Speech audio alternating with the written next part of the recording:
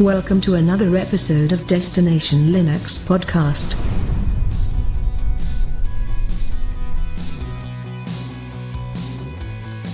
Welcome to episode 65. I'm Rocco, and along with me this week, co-hosting is Ryan, Zeb, and Michael, a full house. And this is Destination Linux. So today, we are super excited to have another awesome interview with Artyom Zorin. How you doing, Artyom? Hi, thanks for having me on. I'm great. All right, so you are the co-creator, I guess, with your brother, I believe? Yeah, that's correct. You're a Linux enthusiast. You love Linux. You're a technology entrepreneur. And you guys first released Zorin in 2009? Yeah, that's correct. So, 9 years ago nearly. Time flies when you're having fun. Absolutely.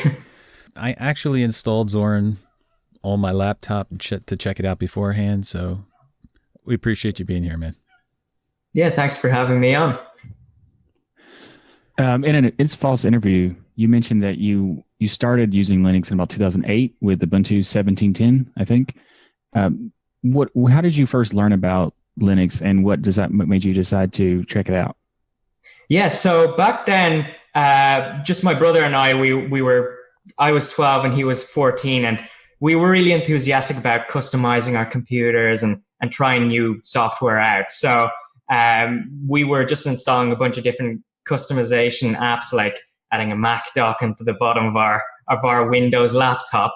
And then we came across Linux, actually funny enough, because we saw the Compiz effects and we thought that they was pretty cool. So in essence, that desktop cube is what got us to switch over to Linux in the first place. I've never heard that before. That being the way that got you through. That's nice. Because I remember playing with those desktop effects too, and thought, I'm a hacker. I can make these little boxes 3D and these windows move. I'm really something. I've convinced really people to try it out just for that. The cube is one of the best things to display, but not use. Yeah. Yeah. So when we tried it out, we just saw how much better it was than Windows, not only in customization and eye candy, but also just how much faster our computer ran. How much more powerful it is, and the added benefit of being safe from Windows viruses. That's what really made us enthusiastic about Linux and really wanted to spend a lot of time developing and doing new things there. Nice. So how long into the journey before you decided to make your own distro, and what was your rationale behind that? Yeah, so it was actually pretty quick. We tried it out in the summer of 2008, so it was probably around like June or July. And then it was actually in September when we decided to make Zorin OS, because we just started off in what you'd call an American middle school. And here in Ireland, there's a science and technology fair where students could create new projects and exhibit them in this really cool space. And we wanted to do something for that, and because we were really passionate about Linux, we decided that let's make a project that accelerates and hopefully increases the impact of Linux all over the world. Because when we first tried out Linux and we were really enthusiastic about it, first thing that we did was we showed it to our dad, and he was a regular computer user, so not like a programmer or geek, and pretty soon we saw that one of the main challenges of Linux is just the user friendliness, or rather lack thereof.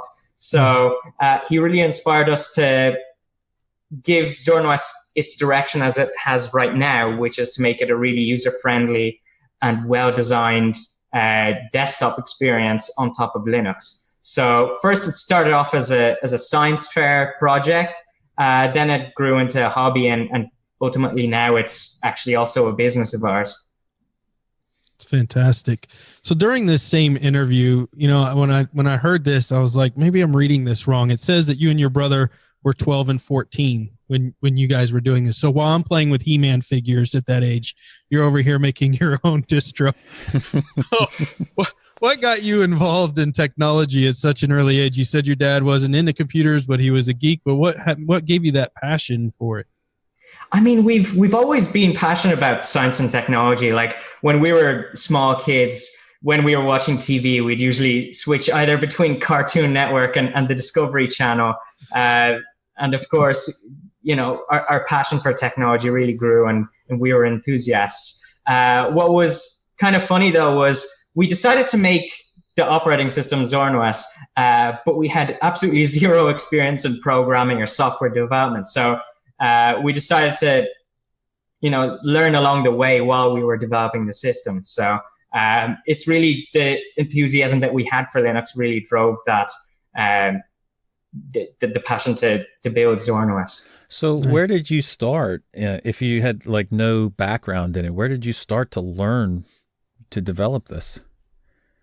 Yeah, so we just read loads and loads of different articles about different things about Linux, like something as simple as customizing the desktop, but also hacking around some bash scripts, and then ultimately Python programming. Mostly from the internet, a couple books as well that we read. The way that we built it is that we set challenges for ourselves that were probably a little bit beyond reach of the normal person at our skill level, and then just work and kind of break things along the way and try different programming concepts and different ways of developing software until we met our goal of some of the different apps and features in ZorinOS. And, 9 months after we started building ZorinOS, we had version 1.0 released. That's incredible. That is Absolutely amazing. incredible. So when you think back to using Ubuntu 7.10, obviously things have changed. The look has changed a little bit since then. The ease of use. What do you feel is the most significant difference besides the look between now and then? Yeah, lots of things have changed in the Linux landscape, but what really makes me happy about what kinds of changes happen is now there's a really big focus on the design of the user experience and putting beginners first when developing and designing software. For example, if you take a look at the file browser in a Gnome desktop back in those days, 10 years ago, it looks a lot different than what it looks like right now. It's a lot more streamlined now, a lot less buttons up front, and just generally a really great focus on the user experience of new users and just getting the technology out of the way so that you can do new and cool things with the desktop. Absolutely. So, I was noticing in it when I was kind of, looking into your story and stuff, I was looking at your Twitter feeds, and I just noticed that you have a lot of passion for SpaceX, Elon Musk. I was just curious, seeing that, you were retweeting a lot and favoriting a lot of their work and stuff. Is there any of their work that's inspiring what you're doing within ZorinOS for you? Yeah, well, I mean, we are in kind of different fields, of course. Sure. SpaceX and Tesla are much more audacious, I'd say, than ZorinOS.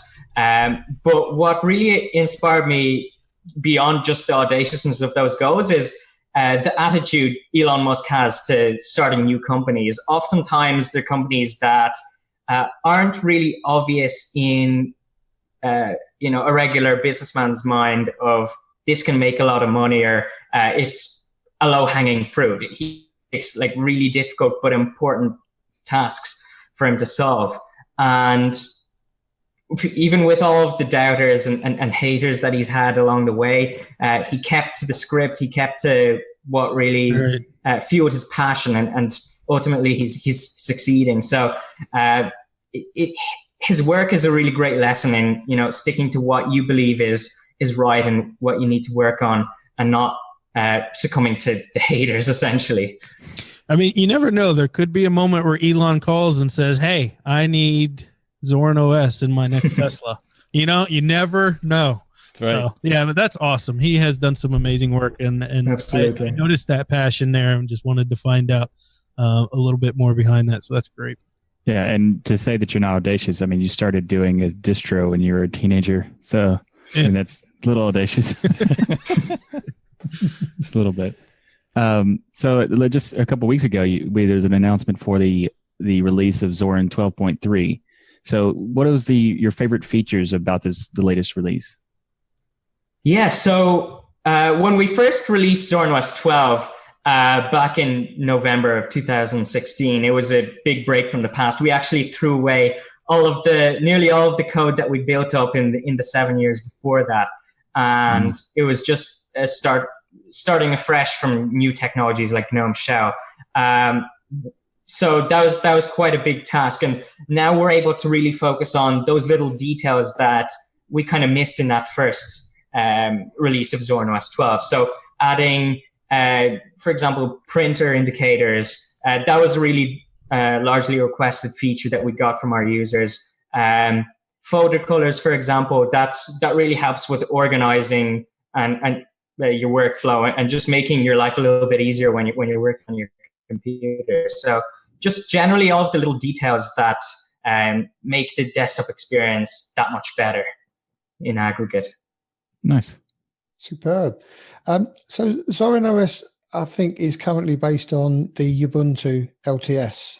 Yeah, correct. So you've just issued 12.3.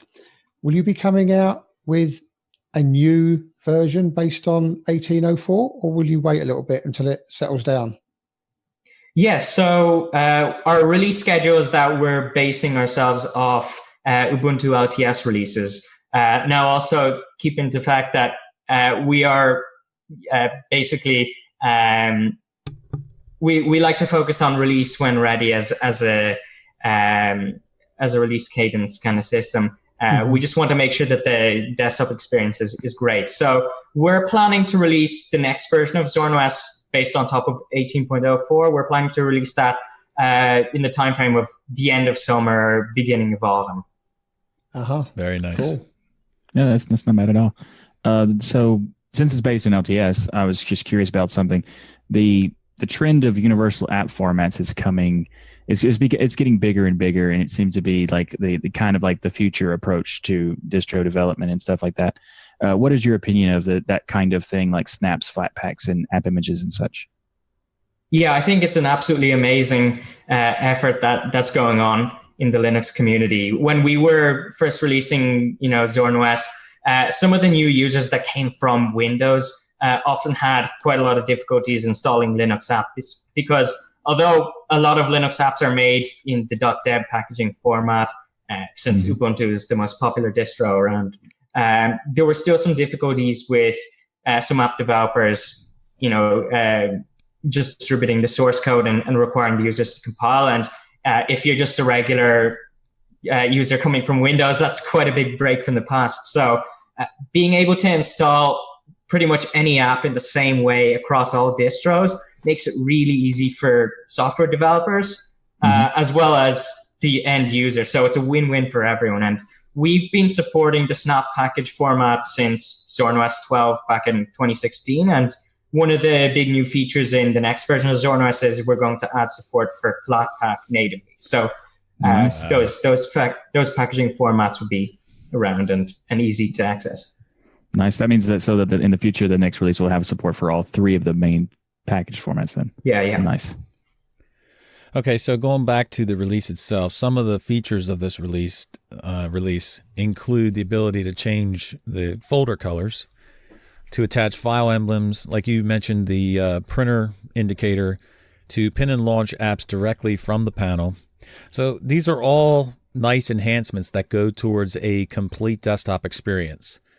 But how do you go about deciding for the ideas of the enhancements? How much is it community involvement in your decision? And how do you focus on what's going to be in the next release? So our philosophy of building software is to really take our vision first and make sure that the software that we're providing to our users is really user friendly and puts the user first, especially if they're beginners. So making sure that the software is really well designed and integrates well with the desktop is super important. So making sure that it adheres to a vision of the desktop that we have that benefits as many people as possible, that's really important. But of course, we receive tons of user feedback all the time, and For example, in the case of 12.3, most of the new features that we introduced were actually as a result of user feedback and some of the issues our users had. I personally do a lot of the customer support myself, so I keep a very close ear to what people want and what problems they're experiencing. So having that extra perspective really helps make the system as good as we can make it. Very cool. Yeah, that's awesome. Feedback is community feedback and user feedback is one of the most important things that distros should take in consideration. So it's great to hear that. So talking about 12.3, you guys have Wine 3.0 inclusion inside of 12.3, which obviously increases the compatibility for Direct3D 10 and 11 support. So, this seems like it's, is this something, let me ask, that's kind of a differentiator for Zorin OS? Because you typically don't see a lot of distros package Wine inside. Mm-hmm. So because, our distro is aimed at predominantly Windows users moving over to Linux, it's making sure that the user experience is really top notch and that as many Windows apps as possible can work on it. That's a really big focus for us. And because of that, we want to preload the most compatible version of Wine. And of course, alongside the compatibility improvements are also plenty of security improvements as well. So making sure that security as well as functionality come hand in hand, that's really important. And we do see that as a big differentiator. Nice. So, you guys have a lot of emphasis even on your website when you're going and you're learning about Zorin, about the play on Linux and Wine support on there. So it really begged the question, because we all wanted to know, are you a gamer? Unfortunately, I don't have a lot of time for gaming anymore, but it's something that, especially on the Linux ecosystem right now, it's an area of great change and great improvement, especially over the past few years with the arrival of Steam. And on top of that, even more recently, the Vulkan gaming API, which is, it sounds, very low level and developer oriented, but it makes a really big difference because it makes it a lot easier for a developer or a game engine developer as well to make their software available on all platforms, because they essentially write the same code that works on all operating system platforms. So that's a huge plus. It's such a big deal, even though you're not a gamer yourself. I find it interesting that you realize that focus, because so many people who are new to Linux talk about the gaming. And of course, that's a much easier discussion to have today than it was in the past. Yep. But certainly, no. That was super easy in the past. It was like 5 games. Yeah. But now you can play games on Linux, and also, of course, with Wine and things, you can do some fascinating things. And talking about, using Play on Linux and Wine specifically, or Vulkan specifically, you can use Doom, the new Doom that came out in 2017 or 2016, in Vulkan, in Wine, on Linux, and it gets some really impressive results. So, there's some really neat things, especially for people who are like, well, I'll come to Linux, but I have to play, World of Warcraft or something like that. Now they have that option to still be within the Linux world, but play that single game. So it's very cool that you guys take that into consideration. Yep. Speaking of Wine, on your homepage, you say that Zorin OS is safe from viruses. Now, based upon my understanding of Wine, and you'll have to forgive me, out of the group, I'm just a user rather than a techie. So if there's any non-basis to this question, then please forgive me. But doesn't having Wine by default in the system allow access to Windows viruses? And if it does, what have you done to mitigate this? How do you stop that from happening? Yeah, so to preface the answer, I just want to say that a lot of the choices that we make about what software we include is we're trying to increase the amount of compatibility and the power that's available to the users. So in some cases, Wine does present some level of compatibility with some bits of malware, but we take this issue really seriously. So one example of one of the ways that we mitigate that issue is actually through the inclusion of Play on Linux. So what that allows users to do is install apps that are trusted and well-known in a very simple way. So it really incentivizes installing Windows apps the right way. And And also the fact that we include the newest version of Wine out of the box, that makes sure that some of the vulnerabilities that were available before are patched.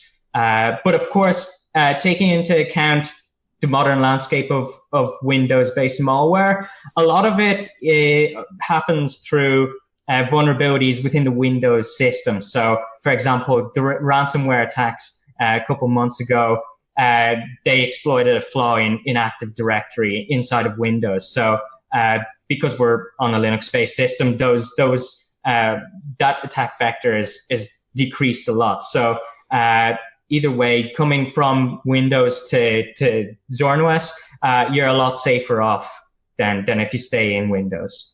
So if I was to take away one thing from what you've just said, and again, you'll have to forgive me because I'm not that technical, it's better to try and install it via Play on Linux because everybody else has then worked out all the details for you. Mm-hmm. Yeah, correct. And it makes it a lot easier for the users. So sometimes when you install a Windows app with Wine, you have to do a lot of configurations. Play on Linux does that for you and make sure that the app works a lot easier. Excellent. Thank you. So Zorin OS has multiple versions, including the Ultimate, Core, Lite, and Business, and Education. So can you tell us about the main differences between these 5 different versions? Yeah, sure. So starting off with the Core Edition, it's essentially the standard version of a desktop experience. So if you have Windows or Mac on your computer out of the box, it would have a set of apps that help you browse the web, make Office documents sometimes, edit photos. And basically, the Core Edition of ZorinOS is not too different from that. It includes all of the essential software you'd need from a computing experience. Then moving on to the Ultimate Edition, it includes a large array of additional software from all sorts of different sectors. So it includes lots of multimedia creation software, for example, Blender for creating 3D models, music production software, lots of games that are available on Linux, lots of Office software that complement the LibreOffice suite. So being able to do your accounting straight out of the box. All these kinds of different apps are available inside of ZorinOS Ultimate, just waiting for you to use it. The Business Edition, it includes those multimedia and Office applications that are in Ultimate, but doesn't include the games because obviously if you're working in an office, you don't want your employees to play shooting games or racing games while they're supposed to be working. The Education Edition, it includes lots of software for teaching maths, science, geography, languages, even coding out of the box. So it's really aimed at schools and educational institutions. And then we have light editions of those versions of ZorinOS. So if you're using an older computer, say if it was a Windows XP computer, you could bring it back to life and work with all of the latest software with those light editions. So the Core, I would take it, comes with Gnome, and then the Lite would come with Xfce? Yeah, correct. Awesome. So a lot of people compliment ZorinOS for the fact that it's a great transition distribution from Windows users and Mac, and we've kind of focused on that. But I'm sure besides that, it's great for experienced users as well as businesses and stuff on top of that. So tell us about that. What are some features that make it a great choice, not just for somebody who's doing that transition, but somebody who's been in Linux for a long time? Yeah, so above all, the user experience is what we focus on most when building ZorinOS ourselves. And having a really smooth and intuitive desktop experience, it's not only just great for beginners, but it's also really appreciated by more technical users, even developers. So you still have all of the power of an Ubuntu-based distribution right there in ZorinOS, so you can install and develop lots of software in it. But you just notice that the desktop feels a lot more familiar, and it doesn't need to be customized as much to get it to be a really pleasant experience. So do you have any plans to consolidate these multiple versions into just one or two, or do you feel that the 5 versions you've got are where you're going to stay? Yeah, so it's a mix of both. So we see a lot of value in having light versions, especially for old computer users who don't want to buy new computers but still want the latest software. And of course, a lot of users really like the additional software in the Ultimate Edition, and we're very thankful that they contribute to the project that way by purchasing them. In the case of the Business Edition, that's something that we intend to phase out over time. We're actually currently working on software for business and enterprise users that will allow them to easily administrate their computers just from a single console. And we find that a lot of the business users like to stick to a specific set of apps, and being able to customize what kind of apps are available on employees' computers is something that new dashboard will allow to happen. So we see that dashboard essentially replacing the pre-installed software in the Business Edition, so that IT admins can easily push the apps they want to their employees. So it'll be like a management deployment system. Yeah, absolutely. Nice. So essentially that new tool, we intend to make it so that IT admins can administrate all of their computers as easy as one. Similar to what Landscape does, Landscape is beginning to be more focused on server users. We intend to focus on desktop and laptop users, and really focus on making it a simple and valuable and powerful experience for those IT admins. So Okay, is nice. there any ETA on that? Yeah, so we hope to get it out within the next 2 to 3 months for the first batch of beta users. And then later on during the year, before the release of the next major edition of ZorinOS, that's when we want to have it fully stable for the public. Very cool. That could be very useful for the deployments, like managing multiple systems. The deployment thing is incredibly important. So speaking of the different versions, the light and the core versions have like a free and a donation system, when the other versions, like the Ultimate, are just available through like a premium structure. How did you decide that you wanted to charge for these different flavors, and how has it been received from like the community and users and such? Yeah, so when we first started ZorinOS off, we just had a single flavor, which is essentially the core edition as we know it right now, and we just had the free one. But we got a lot of user feedback and saying that, I'd love to have, these apps pre-installed out of the box, and, I'd even be willing to pay for it. So light bulb moment, that feedback let us think about how would we sustain ZorinOS over many years, and maybe make it grow out of just a hobby and maybe turn it into a real business. So that's what really led us to introduce paid for editions. And thankfully, it's been a really great success. Our users really love having that choice available, and the ones who pay really like having those additional apps pre-installed. And it also allows us to focus full time on developing ZorinOS. So of course, having paid for editions of open source software is it's a topic that has a little bit of controversy in the Linux space, especially at the moment. And I see it actually as something that doesn't get talked about enough, because more so than whether the software is free or paid for, Linux users, what I noticed from all the forum talk is they just really want a desktop that's, has a lot of features, has a lot of power, and is just really great overall. And you can't build great software without spending a lot of time, and you can't spend a lot of time building Linux-based software without putting food on the table and allowing yourself to work full time. So by having paid for editions of open source software and supporting the developers, you're essentially supporting the accelerated development of really great features in software. Well, That we makes just interviewed Elementary OS Daniel Foray a few weeks ago, and we talked to him, and it's the similar situation where there's this myth out there that Linux users don't want to pay for any software. They want everything for free. And that's not the case. People are willing to pay, or not pay. People are willing to donate when they see good software. Right. So I think that's a perfect example of it.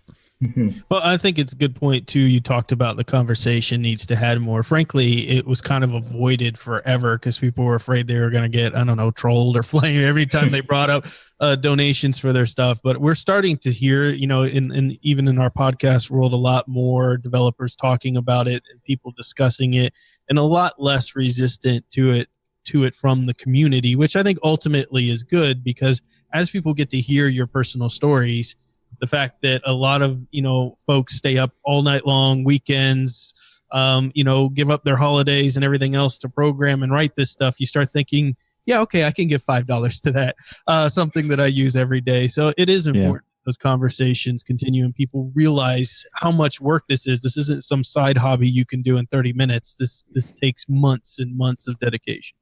Mm-hmm. Yeah. Also, I want people to know that podcast is also true about that too. Yeah, there's a lot of support the podcast. There you go. Yeah. Nice. There's a lot of work good. involved in both, so we appreciate it. Yeah. So tell me, if I purchase one of the paid versions, can I just re-download it as many times as I want, or do you impose a limit? And having purchased it, is it just for that one particular version, or is it, you know, is it there for 2 or 3 versions, or what's the idea behind it, and how does it work? Yeah, so if you purchase a copy of Zorin OS Ultimate, you'll be able to download it as many times as you want over an infinite period. As for newer releases, the new point releases are included. So if you purchase Zorin OS 12, then 12.1 and 12.2, you have access to them. As for the major releases, we would be charging for an upgrade.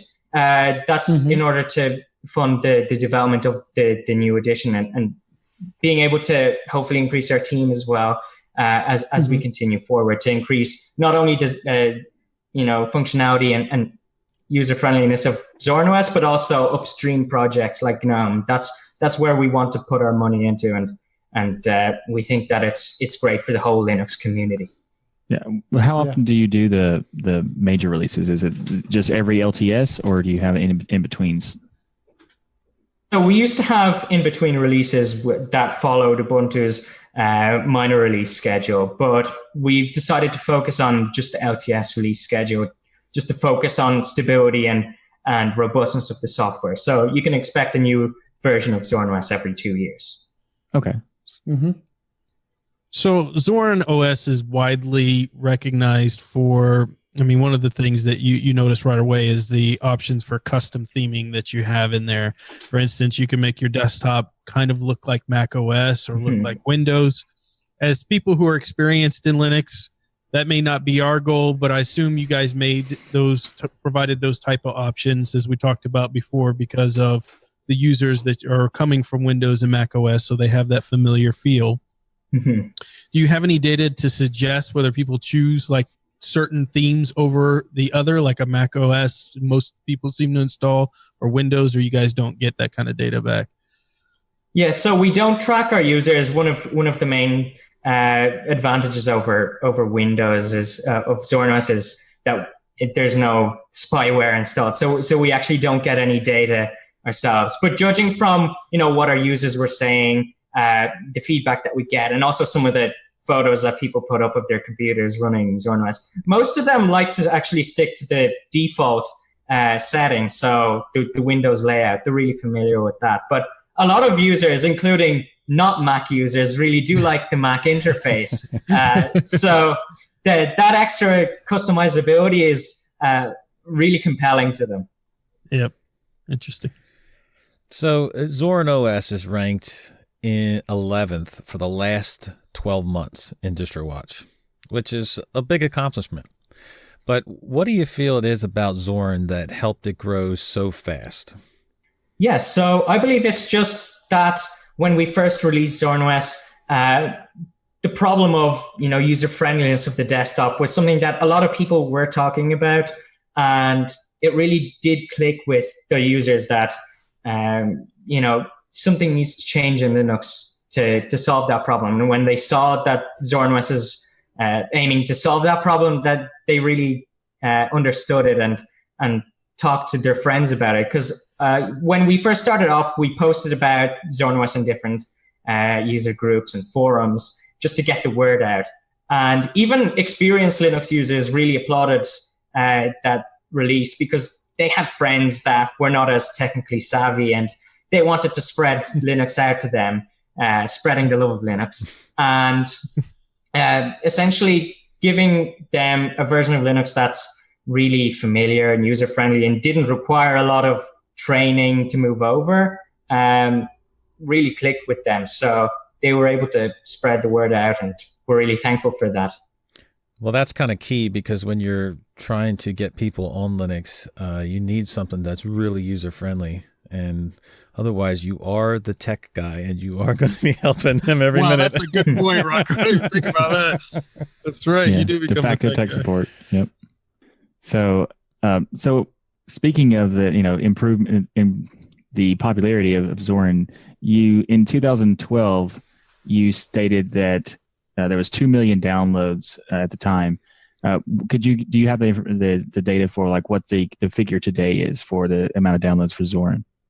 Yes. So far across all of the versions of ZorinOS, ranging from version 1 to 12.3, in total we've had 17 million downloads. Wow. Holy That's a mackerel. jump. Nice. Do you have the data on like which specific versions get downloaded the most between the core and the light and the ultimate?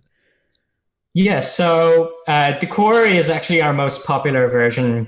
It's just it has all of the essential software out of the box. So that's what people like to have. And of course, the Ultimate Edition really does become compelling for, advanced power users. So that, as well as the light editions, are our most popular editions.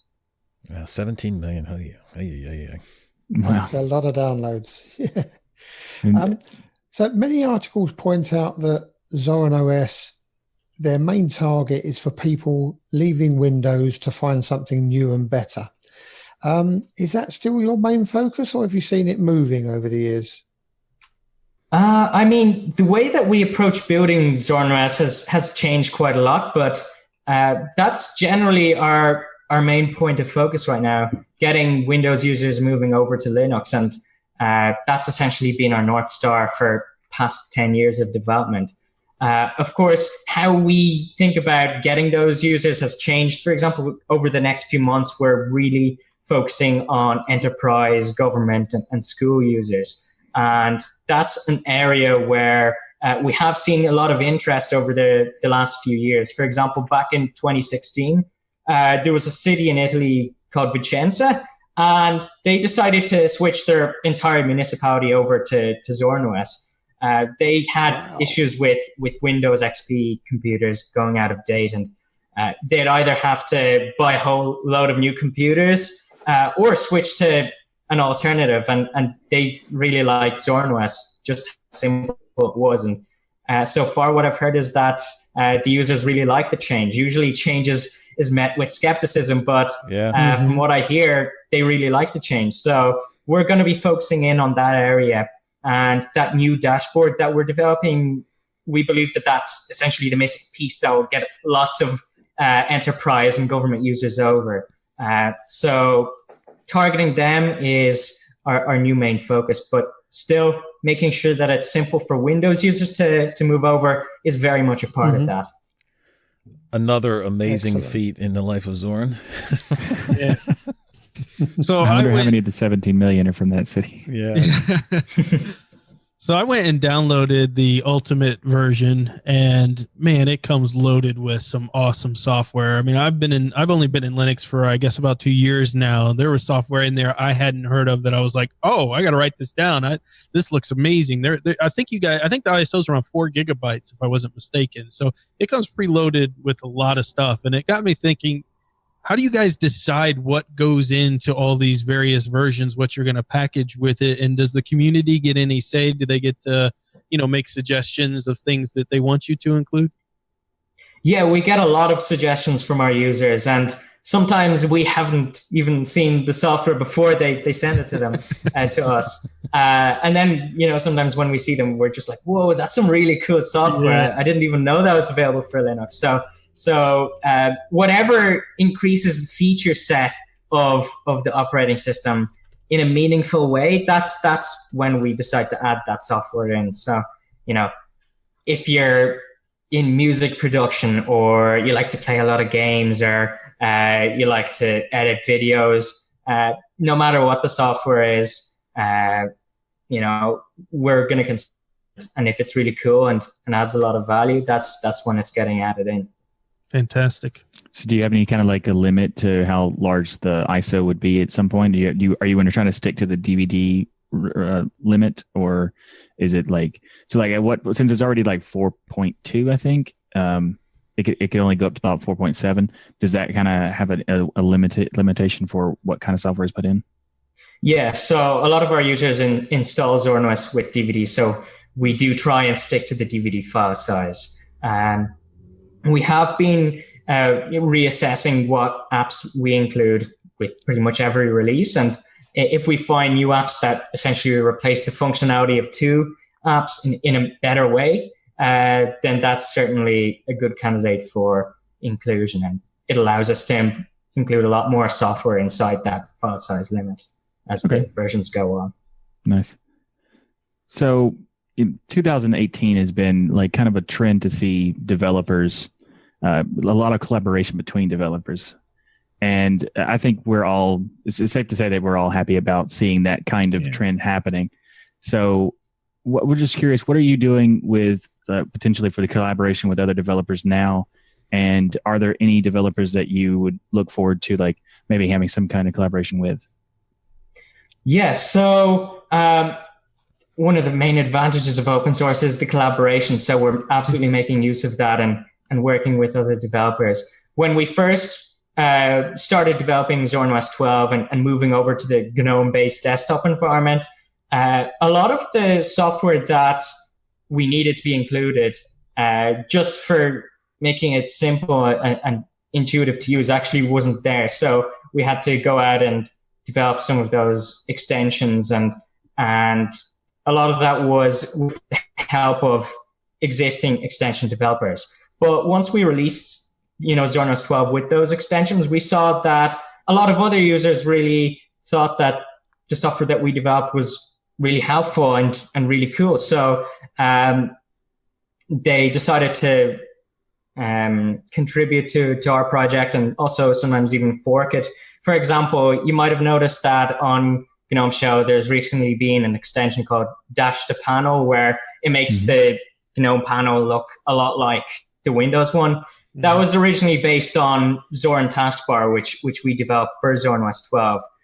Same thing goes with, for example, Arc Menu. That's based on the Zorin Menu applet. And there's a lot of circular contributions going on. So we like to upstream a lot of that, of our contributions, and then sometimes we downstream those projects' contributions.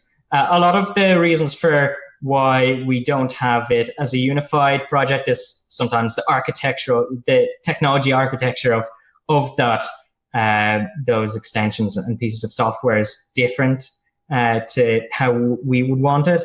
But we do like to upstream a lot of the work that we're doing. And so are the extensions forked by someone else maintaining them third party, or do you maintain those? Yeah, so we maintain our version of them, but often in the case of, for example, Dash to Panel or Arc Menu, they have different architectural goals in mind. So they maintain their versions of it. Nice. So it's mentioned in your mission statement that, and I'll read it from what it says, take back control of technology and not the other way around. So tell us about this statement and what it means for you and your work in the open source movement. Yeah, so it goes back to the first time we tried Linux, and one of the things that really astounded us was how much control you have over the computing experience. And the fact that if the original software vendor decides to axe a feature in a traditional proprietary environment, you just have to deal with it. In the case of Linux, you can continue using the software you want in the way that you want it, and you have full control over it. And you can make your own versions of it and make it a whole lot better for all users. And having that innovation happening as a result of that freedom is what really drives the development of Linux as a desktop platform. And we think that that's what really increases the value of Zorin OS. And in the case of, for example, some of the businesses and governments that have talked to us about using Zorin OS, they find that freedom as being one of the main selling points. They really don't want to be locked into a proprietary software stack. And especially in the government space, even in the EU, governments are really starting to take that very seriously. They want public money to go into public code that benefits everyone and allows their IT to work in the way that they want to themselves. That's just an aspect of open source software that we see benefits pretty much every user. Every user wants to have control over their desktop experience, and whether they be home users or business users, and that's something we take really seriously.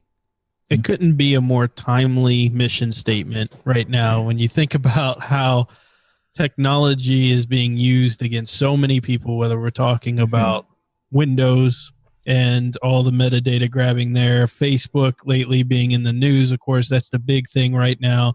But all of this technology just continues to kind of, they decide what they want to do with it, and you have no choice. If they sell it to somebody, give it to somebody else, do whatever they want with it. Whereas, in Linux, that taking back control really is a huge staple and becomes even a bigger issue than it ever was before. It just keeps getting worse outside the Linux world. And so it's just a brilliant mission statement, truly. No, it's excellent. And whilst you were talking, it actually just dawned on me as to possibly that's why Windows 95 stayed around as long as it did, because people were stuck on proprietary software that would only run on Windows 95. Now, in the open source world, that won't happen because it's continually moving. The developers of those software have that passion that businesses say, well, do you know what? This is working. I'm not going to invest in R&D. I've got a product that people are buying, so let's just keep delivering it. And I think ultimately that's going to be their downfall. So it was really good to hear of your experience in that regard. And you also mentioned that you want Linux to be a dominant force in the desktop space, and that was one of the reasons why you originally sort of thought of building your own desktop to help shape that. So looking back from where you started through to today, how do you feel that's coming along? And excuse the cliche, do you think we'll ever see the year of the Linux desktop? Yeah, so that's a really great question. We have learned an awful lot in the past 10 years of developing. And when we did start off building Zorin OS, that was our goal. It still remains our goal today. But now we know that it's a goal that can only be achieved if you focus in on certain different ways of achieving it. For example, as I was talking about enterprise and government users, what we're doing now is we're really focusing on what do they find valuable and how does Linux fit into their environment and can it make it better? And in a lot of the cases, that is true. It can make a big difference in how they operate their businesses. The fact that they're able to continue using their existing computers rather than being forced to upgrade to newer ones and spend a lot of money that way. Just generally being safer from the new emerging threats that are on the Windows platform. And also the new conversation about freedom and privacy. That's something that's a concern that's increasing every day, especially very recently. So there are many ways that Linux can be a huge advantage to specific users. And that's the new way that we're trying to focus in on developing our software. So do it one user group at a time and try to make the Linux platform a lot more approachable, accessible, and just generally a lot more desirable as well than it was before. A lot has changed in regards to, for example, what apps are available. 10 years ago when we started off, it was pretty common to say, oh, Linux is never going to take off as a desktop platform. There are way too many apps on Windows that you just can't replicate on other platforms. And that's changing, especially thanks to new web technologies. In the case of, for example, Chromebooks and Chrome OS, which has become pretty popular in, for example, schools, that's really forced developers to think outside of the Windows box and Windows environment and develop cross-platform software. And ultimately, that helps Linux become more approachable for lots of different users. We're seeing new, traditionally Windows software becoming available on the web or even natively on Linux.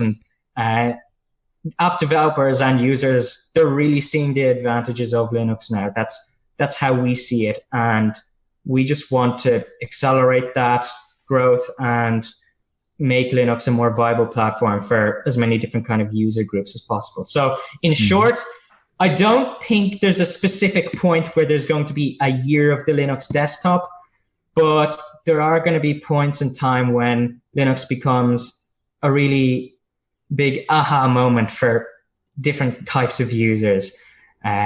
So that's the goal that we're chasing.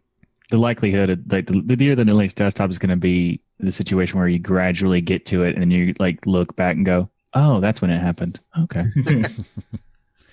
So we all love Linux, but is there anything that needs to happen for Linux to grow substantially? Yeah. So, I mean, it's not too different from when we started. There's certain points of when you're using Linux that you see that, it might not be as user-friendly or accessible as possible. In the case of, for example, what we're working on, the new enterprise dashboard for ZorinOS-based computers, that was an aspect of using Linux that hasn't been getting attention. When you would have talked to a business user and say, oh, have you ever thought of using Linux? They would outright say, oh, it doesn't have Microsoft Office. I'm not even going to consider it. And because of that, you haven't been seeing a lot of the, pieces of software that could really help make that switch over. In the case of, for example, the Office Suite problem, LibreOffice is getting a lot more sophisticated by the day, and we're seeing it as being more viable for many different user groups. And despite, those improvements, there hasn't been really a huge push towards getting Linux to be more desirable for example, enterprise and school users. And just thinking about the different points of view that were had in the years before about why Linux wouldn't be viable, take another look back at them and try to think about, has that problem been solved? And if it has been solved, what can I do as a developer to remove all the barriers to making the switch over? Linux has changed a lot, and there are plenty more different aspects of using Linux that can be improved simply by looking at the changes that have happened and putting your resources towards making it easier to switch over. So what can we expect next from Zorin OS? Yeah, so as I said earlier, a greater focus on businesses, schools, and governments. You're going to see a lot of different pieces of software that we're going to be releasing to make it a really obvious choice to make the switch over to Linux. Not only just to Zorin OS, but to other Linux distros as well. We intend to support other distros too with our efforts. Nice. Then far beyond that, we see lots of different places where computers as a whole can haven't really taken off yet. For example, in emerging markets where, computers have typically been too expensive or just not very useful. In places where they don't have reliable internet access, it essentially becomes a little useless to have a computer. And one of the long-term goals that we have for ZorinOS is to actually become the computing platform for emerging markets.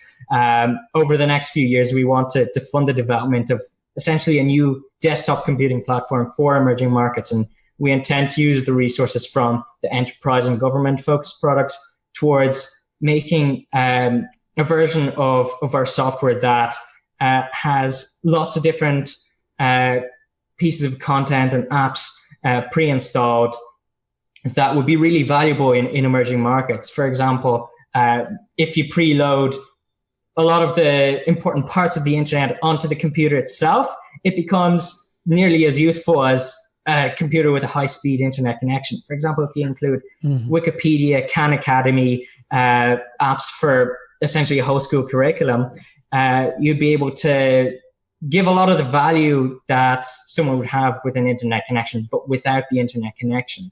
It's actually something that really came into fruition when we really look back, because when we first off using Linux and deciding to, make our operating system, it was because all of the content was available online for us to learn how to develop software and explore our passion a lot more. And I was just thinking that, if we were able to provide not only that kind of content, but content for all sorts of different fields of knowledge, and giving also the tools to how people make actions on that, like, for example, make music or build software on computers, and if they'd never had that before. I thought that, it would make a really big difference. And, as a firsthand, that's something that I really believe in, being able to learn yourself and explore passions by yourself, and having all of the content and tools at your fingertips is something that I thought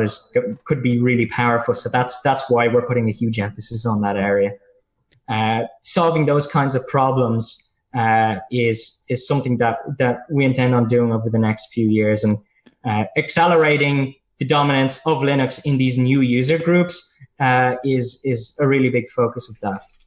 So one of our patrons, Clifford, asked, are there any thoughts, or have you guys put any thought to moving towards mobile at all, or is that on any plans maybe you could let us in on with mobile integration? Yeah, so for the time being, we're really focused on the desktop. So we're not really planning to make a version of ZorinOS for mobiles for the time being.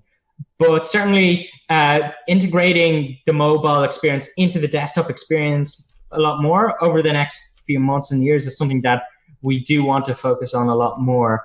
And we think that it's just going to make the desktop experience a lot more desirable than it ever has been before. Tying with all of your existing technology just makes sense on the desktop. So we're going to be developing towards that vision.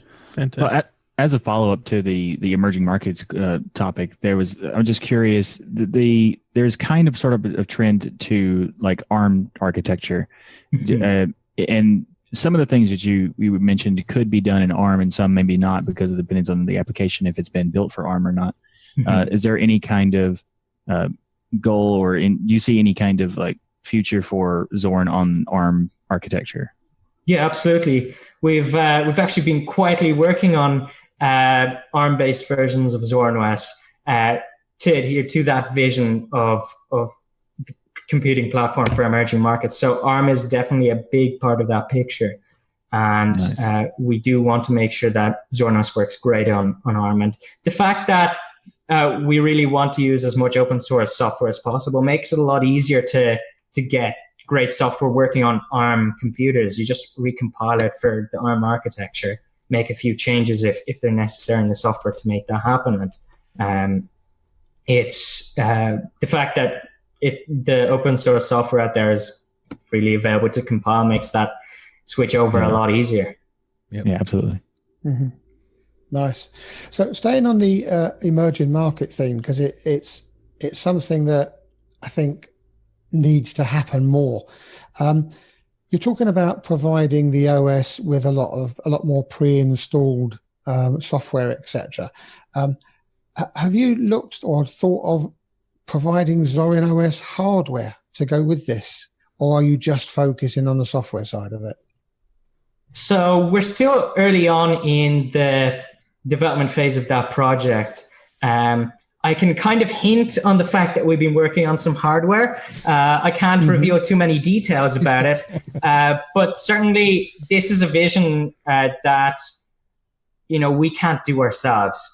Hardware partners definitely do need to be a big part of that picture, and preferably we'd like to focus on the software as much as possible, so that we can ship it out with hardware partners, and really that accelerates the ability for us to achieve that vision together. And yes, hardware development is something that we are slowly becoming a part of. But we mainly intend on making reference devices that we could show hardware partners, this is how you make a computer that adheres to that vision, and we'd love you to be a part of that. Awesome. All right, so how can people get involved with Zorin OS? You have the donations as far as downloading it. Do you have a PayPal page? Do you have forums? Do you need help in development? How can people get involved with you? Yes. So if you're new to Linux, absolutely download our operating system, give it a try. You can help out other users on our forums. Just visit our help page and you can find a link to there. As well, if you're a software developer, we're increasingly putting more of our software on GitHub, so it's easier to collaborate on. Nice. We also have our repositories available where you can download the source code, play around with it, and contribute changes upstream. And of course, also if you're a business user, or if you're an IT admin who's perhaps interested in moving over to a Linux-based system for your employees, you could scroll down to the bottom of our website and enter in your email just to be a part of the newsletter, so that you'll be the first to know about our enterprise offering. And being a part of the beta, the first few beta users, would be really helpful as well. Very nice. Well, Artyom, it's been an awesome conversation. Yep. We appreciate you stopping by and giving us your time. Look, I just want to say thank you for everything that you guys do, because this is not everybody talks about free software, but it's not free. There's a lot of time and effort spent making it, and not only making it, but making it well and perfecting it. So we really appreciate your time and effort on Zorin itself. Thank you so much. And thank you for having me, so that I can spread the word on to all of your followers and increase the awareness of different things that we're thinking on in the Linux space. So thank you so much for having me. Absolutely. You can find more information at ZorinOS.com, and you can drop them a line, download the OS, and let them know how you like it. You can email us if you'd like to at comments@destinationlinux.org, and we'll answer your questions about it. Other than that, everybody have a great week. And remember, the journey itself is just as important as the destination. Thanks, everyone. Thank you for listening to another episode of Destination Linux podcast.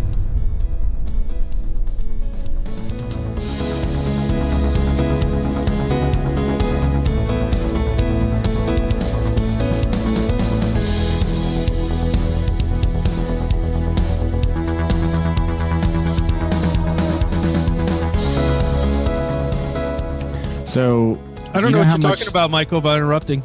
Oh, okay, cool. Michael, I was so proud of you. Did you hear Michael can do voices? Hey, buddy. Told you. I can do Meatwad. he's a character on the show. Yeah, Shake is he's a punk. Meatwad's best. Ryan. Yeah. Michael does know that I record everything, right? I don't care. I do regret that now, though. He's the best friend you ever had, isn't he? He's a buddy. He's a bad influence. I'm gonna talk to him. We're gonna bring Carl into this situation. He's a vegetarian, so he don't like it. I didn't know that about you, Rocco. Wow, I learned something new. I don't know if that's true. It fits my narrative. He wouldn't like it. It's not his taste. I would have a sore throat for the rest of the show if I tried to do that. I couldn't even do that if I tried. I can do it all the time. It don't hurt me at all.